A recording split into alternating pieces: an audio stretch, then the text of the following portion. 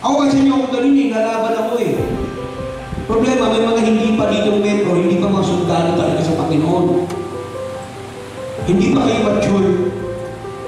Kaya huwag yung sabihin na mature, kami pa sa hindi pa kayo mature, hindi pa sa inyo.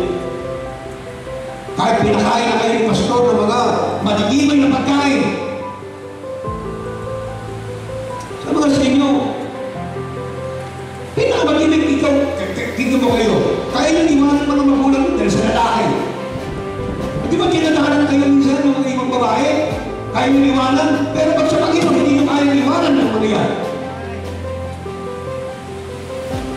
Kung kumain, pag di ba wala ng lalaki, tanong tayo ha, kasama na tayo, iikot tayo sa buong mundo. Buong mundo pala. Ikaw naman si Taka. Punta ka doon sa bintana, nagtutali ka, Rapunzel. Parang sumama din sa karantahan mong lalaki kung lukuhin ka lang. O, di ba? Pero mas hindi kayo hindi magawa. Pag sa ibang bagay, kaya yung labanan ng mga magulang ninyo.